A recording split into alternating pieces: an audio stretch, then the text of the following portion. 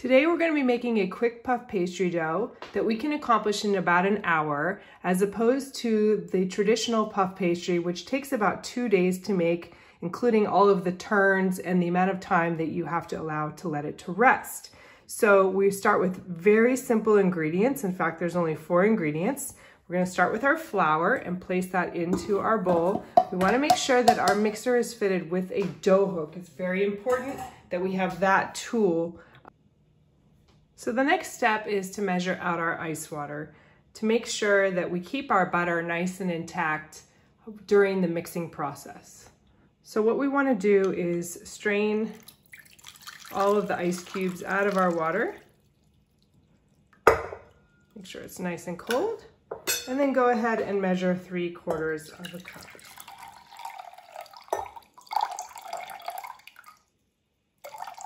Okay, we're gonna set this right here and place our salt in the water, stirring that up until it's dissolved. And then that will be ready to apply to our dough. Once your salt is dissolved in the water, just set it aside.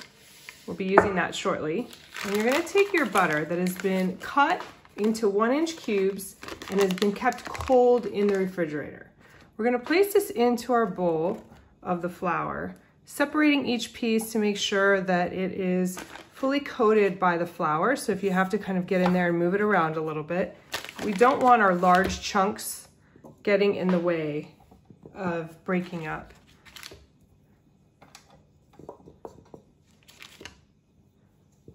So really toss and coat it with the flour. Excellent. All right, now that all of our butter has been incorporated, we want to lift the bowl and go ahead and turn it on a medium speed. About speed 2 is appropriate. And what we're looking for is the dough hook to break up the butter chunks into smaller pieces, but that you can still see the remaining fat very visibly, so that that will produce a nice flakiness later in our dough. We're gonna let that run, and I'll show you the difference between those 1-inch pieces and what it looks like when it's ready. So I've let the dough mix for a little bit, and what you notice is that the butter pieces are getting slightly smaller, and the dough itself, the flour, is getting a little more moist. So it's absorbing the moistness from the butter, the water content from the butter, and you can see it's slightly turned a little yellow and a little bit more like a really damp sand texture. So what I'm gonna do is show you that our butter pieces have gotten slightly smaller, and this is about the appropriate time that we are going to be adding in the rest of our water. If you add the water too soon, then you're gonna see a very dry looking dough, and you're gonna have a tendency to wanna add more water, which produces more gluten in our final product, which we don't want. So we really want the right amount of mixing to get the fat incorporated into the dough, and then add the rest of the water. So what we're gonna do is turn this back on, add the water slowly, and then mix it on the same speed. Now we're gonna add our water. Just drizzle it on the side.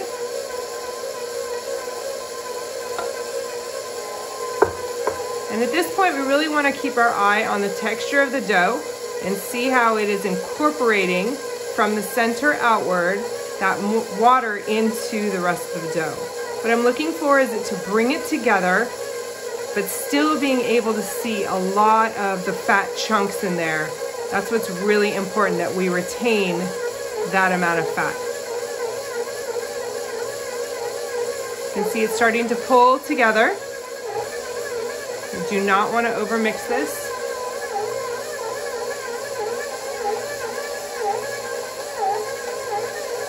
I'm going to stop it 1 time to help it out, and then we'll continue. So with the rubber spatula, I'm just gonna make sure that I'm getting some dry mixture from the bottom, incorporate it into there, and we'll let it mix for maybe 10 more seconds. And then I'll do the rest of the kneading on the board.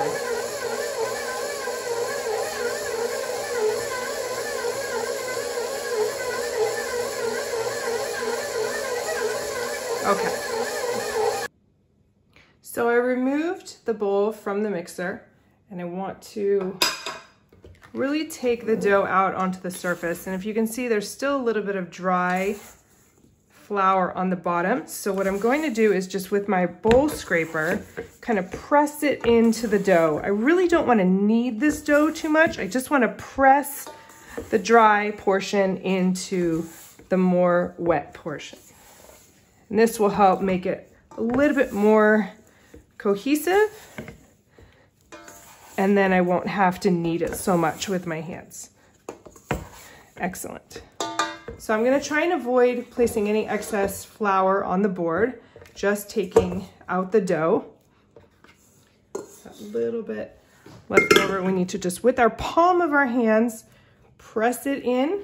Again, not kneading, but just pushing it together with your fingers and the palm of your hands, flipping it over, making sure there are no dry spots, because then that won't adhere to itself later on. We really want to make sure that we do this properly. And I don't know if you can see this, but there are plenty of chunks of butter in here.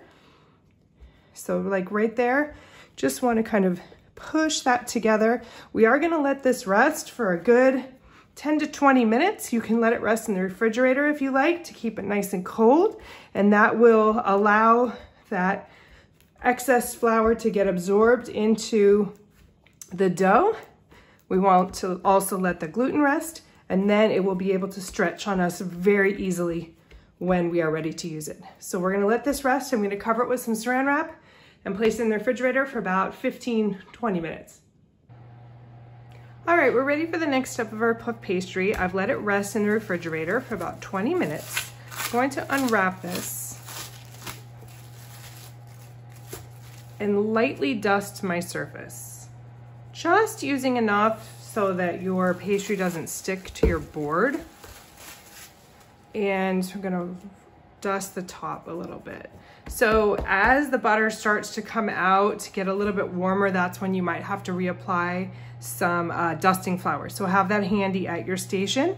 I'm just going to kind of bring it into a rectangle very gently at this stage, because it still hasn't come together yet. The dough isn't completely set. And then we will reform it into a rectangle as I'm rolling it the whole entire time, being very careful to flour any of those fat pieces that are exposing themselves at the top of the dough. As I start to roll this, you'll be able to see the fat coming through. So I'm actually going to make an adjustment, because I really do like to roll the long ways, and I'm going to adjust my cutting board so that it reflects that, and I have a much longer space to be able to travel with my rolling pin. Okay, so I have adjusted my cutting board and then turned my dough, again making sure I have just a little bit of dusting flour underneath the dough and then on top of the dough, and as I'm rolling it, I'm keeping it in that rectangular shape. My goal is to get it to a 1/2 inch thick, and that's why I'm probably going to need the entire length of my cutting board in order to get it the proper thickness.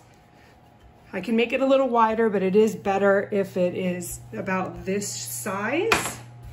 And again, shoring up the edges, making sure it's nice and square. You can also use a metal pastry scraper to do a really effective job. It has such a great straight edge, and that will help with this as well. So we're almost there. You can really see all of that fat that is still in the dough. And what we want to do is we want to give this our first single turn. So what's happening here is that in order for the puff pastry to actually puff the way it works, since we have no chemical leaveners or yeast in here, is we want to make sure that our fat is trapped inside layers of dough. And when that happens, when it goes into a hot oven, the moisture, which is the water content of the butter that is in the water of the dough that is trapped inside of there, is going to expand. It's going to turn from a liquid to a gas in the oven, and then it's going to rise and create steam. So that's how we get our puff pastry to puff. So we want to make sure that we're creating those layers really diligently. So we want to do what's called 3 single turns and then 1 double turn. So I'm going to show you the single turn right now. I also like to call it a business letter fold. So we're going to fold this like it was an actual piece of paper that you're folding like a business letter into thirds, making sure that your seams line up really well, and then we're going to give it a quarter turn. And what we're always doing is we're always expanding and extending the dough with our open ends on the top and the bottom. So if you were to extend it this way, that's not the proper fold. So we always give it a quarter turn and then start rolling this direction. So a couple tips. Make sure, again, we dust very lightly. I don't want to incorporate too much flour into this dough. Because I don't want my top layer to roll over the bottom layer, I start by just pressing down to evenly distribute the layers before I start to roll. You can also flip it over to go in the same direction and do that same thing. It's a really simple step to do. So then I'm going to flip it back over, maintain again that rectangular shape, and roll again. The cool thing about the quick puff pastry is that you can actually do this one right after the other. If I was doing the traditional pastry, I would need to let this rest a couple hours in between each fold to really allow for that gluten development to set and that butter to solidify. So that's the bonus about the quick pastry. So I'm going to go ahead and roll this out again. And every time I do roll, you will see less and less of those larger chunks of fat inside of your pastry dough.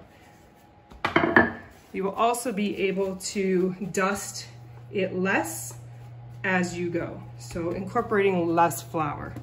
Again, using the tools as needed, keeping your edges nice and straight so that all your layers, when you stack them on top of each other, are evenly distributed. One more roll. It's about a ½ inch thick, and we're going to do another single turn. So go in the same direction, pulling it towards me, making sure that my edges are nice and straight, playing this right over the top, and giving it a quarter turn.